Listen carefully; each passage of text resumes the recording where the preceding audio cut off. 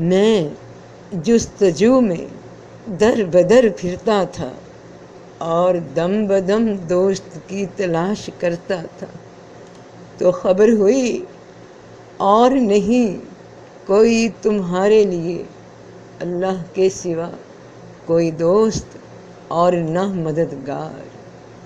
ناگہاں قسمت نے دروازہ کھول دیا، دوست کے سوا جو کچھ بھی تھا وہ ذہن سے اتر گیا۔ جب میں بے خود ہو گیا تو یہی کہتا تھا، جہاں بھی تم ہو وہ تمہارے ساتھ ہے، وہ تو شاہ رگ سے بھی قریب ہے، یقین ہو گیا۔ جب دل میں فاذکرونی کا خیال آیا تو دم بدم اذکرکم کا یقین بڑھتا گیا کہ تم مجھے یاد کرو، میں تمہیں یاد رکھوں گا۔ درگاہ قدسی سے فیض پہنچ گیا، ہر چیز کی طرف خداوند تعالیٰ کی توجہ ہے۔ اس خوشخبری کا ہر طرف غلغلہ بلند ہو گیا کہ وہ اکیلا ہے، اس کا کوئی شریک نہیں۔ میرا دل شوق سے شیدا ہو گیا، وحدہ لا شریک لہ کہنے لگا۔ میں اس کے نام سے ایسا بے خود ہوا کہ وہ تو ظاہر ہو گیا اور میں گم ہو گیا۔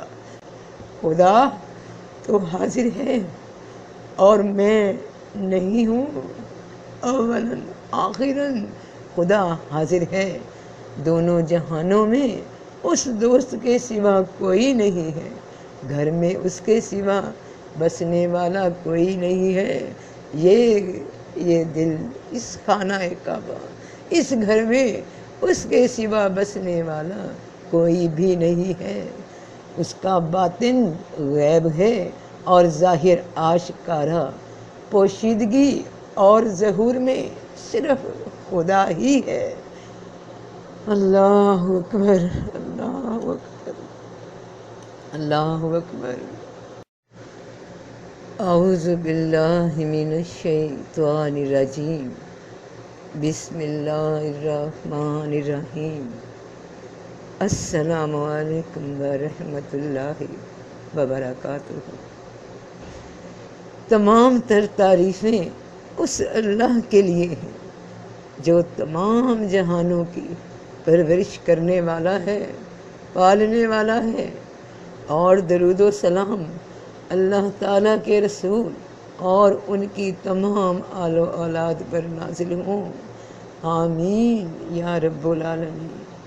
وہ قادر مطلق خدا ہر عیب و نقص سے پاک ہے، جس نے اپنی بے انتہا عنایتوں سے مشت خاک کو جان عطا فرمائی کہ ہم نے اولاد آدم کو بزرگی عطا فرمائی کا تاج اس کے سر پر رکھا، اور وہ ان سے محبت رکھتا ہے اور وہ اس سے محبت رکھتے ہیں کہ خلت سے اس کو معزز کیا، اور وہ تمہارے ساتھ ہے کہ دولت وصل سے اس کو نوازا، اور تمہارے اندر بھی تو نشانیاں موجود ہیں، کیا تم غور نہیں کرتے؟ اس کا ایک خاص اشارہ ہے، ہم اس کی شاہ رگ سے بھی زیادہ قریب ہیں، اس کا ایک خاص اعزاز ہے، اور تم مجھے یاد رکھو، میں تم کو یاد رکھوں گا۔ اس کی آواز کا ایک یگانہ نواز نغمہ ہے، اور مجھے پکارو، میں تمہاری پکارے سنتا ہوں، تمہاری دعائیں قبول کرتا ہوں، کہ صدائے دل نواز ایک نعمت ہے کامل و مکمل، اور اللہ کی ازل سے لے کر ابد تک رحمتیں نازل ہوں اس ذات گرامی پر جو آدم کی اولاد میں سے بلکہ دنیا جہان سے افضل، جن کا اسم گرامی محمد اور احمد صلی اللہ علیہ وآلہ وسلم ہے، جو کہ سب سے پہلے اللہ تعالیٰ نے میرے نور کو پیدا کیا کہ ایک خوبصورت تجلی ہیں، اور ان کی آل اور صحابہ کرام پر جن کی شان میں کہ ان میں سے جس کی بھی پیروی کرو گے ہدایت پا جاؤ گے کی بشارت وارد ہے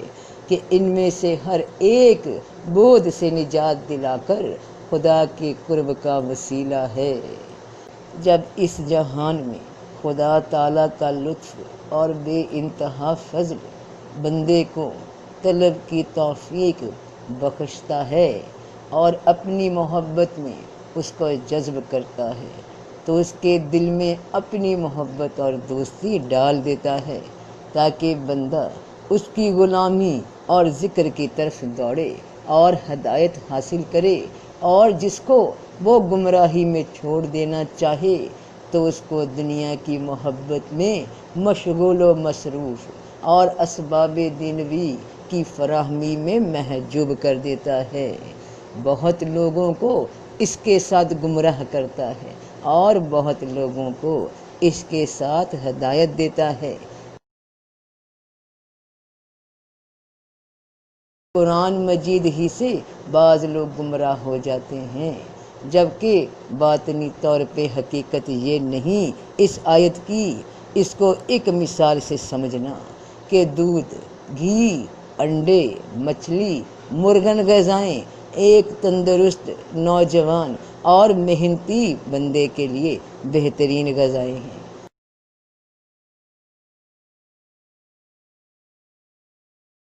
ناکارہ اور مریض کو دے دی جائیں تو یہ بجائے فائدے کے نقصان پہنچاتی ہیں، قوت ہاضمہ کو اور زیادہ کمزور کر دیتی ہیں۔ تو اصل میں غذاؤں کا قصور نہیں، قصور بیمار طبیعت کا ہے، لیکن کہا یہی جاتا ہے کہ بیمار کو فلاں چیز نے نقصان پہنچایا، حالانکہ نقص اس چیز میں نہیں۔ اسی طرح قرآن مجید ایک صالح اور طاقتور غذا ہے، روحانی بیمار اس کو ہضم نہیں کر پاتے بلکہ ان کو نقصان پہنچتا ہے۔ تندرست مزاج کو قرآن مجید فائدہ، ہدایت دیتا ہے، اور بیمار طبع آدمی اسی قرآن مجید سے گمراہی میں خود اپنی طبیعت کے رجحان کی بدولت گمراہی میں مبتلا ہو جاتا ہے۔ یاد رکھنا کہ خدا کو پہچاننے والے ہمیشہ خداوند تعالیٰ کی بارگاہ میں مقیم ہیں، ایک لمحہ بھی وہاں سے غائب نہیں ہوتے، اس لیے کہ وہ جو کچھ بھی دیکھتے ہیں اس کے سوا کچھ نہیں دیکھتے۔ ان کی نگاہ خداوند تعالیٰ کی نگاہ ہوتی ہے، ہر چند کہ وہ اپنے آپ کو عالم کثرت میں لانا چاہیں ایسا نہیں کر سکتے۔ ان کی توجہ حقیقی قبلہ کی طرف ہوتی ہے۔ وہ جب بھی جہان کے آئینے میں نگاہ ڈالتے ہیں خدا کی ذات کے سوا ان کو کچھ نظر نہیں آتا۔ وہی ایک سورج ہے جو تمام جہان میں چمک رہا ہے اور ہر ذرہ اسی سے نور اور روشنی حاصل کر رہا ہے۔ اے درویش مرزو، تو جب تک تسلیم و رضا کے سمندر میں غوطہ نہ لگائے گی تجھ کو معلوم نہ ہو سکے گا۔ یہ دولت کیل و کال سے میسر نہیں آتی، مگر یہ کہ حق تعالیٰ خود ہی رہنمائی فرمائیں۔ جب تک تو رنج نہ اٹھائے گی خزانے تک نہ پہنچ پائے گی، اور جب تک تو ڈنگ نہ کھائے گی شہد نہ چکھ سکے گی۔ ہر وہ سختی جو تجھ کو پہنچے اس میں اپنا فائدہ سمجھ اور تسلیم کے دائرے کے اندر رہ۔ مصیبتیں انہی پر نازل ہوتی ہیں جن کو وہ اپنا دوست بنانا چاہے۔ یہ مصیبتیں ایک بے بہا گوہر ہیں، ہر آدمی کو گوہر عطا نہیں ہوتے۔ مصیبت برداشت کر تاکہ تجھے دوست کی ملاقات نصیب ہو، کیونکہ مصیبت میں گرفتار نہ ہونے والے کو کبھی ملاقات نصیب نہیں ہوتی۔ اس دوست کے ساتھ سینکڑوں مصیبت میں بھی خوش رہ، کیونکہ جہاں وہ ہو وہاں مصیبت نہیں ہے۔ اے درویش مرزو، جو کچھ تیری قسمت میں ہے اس پر ہمیشہ راضی رہ، کیونکہ قسمت میں کمی بیشی نہیں ہو سکتی۔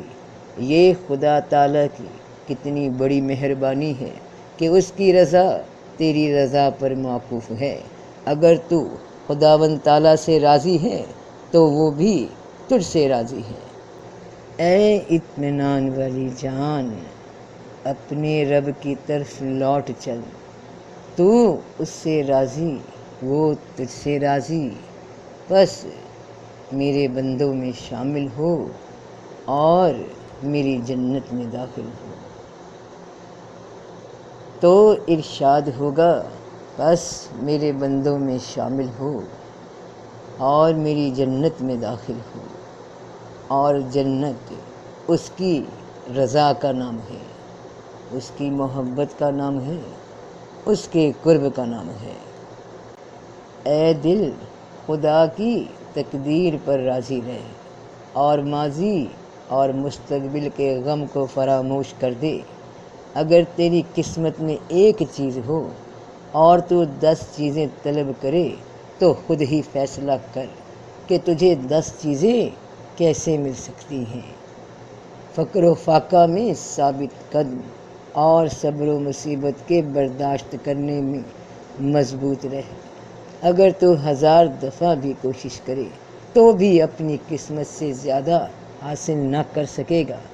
اللہ تعالیٰ نے قرآن پاک میں فرمایا ہے کہ ہم نے ان کی روزی ان کے درمیان تقسیم کر دی ہے۔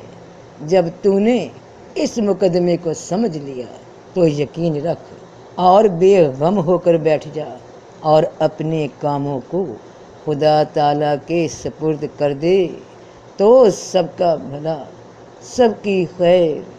جیتے رہو بہن بھائیوں، بیٹے بیٹیوں، فی امان اللہ۔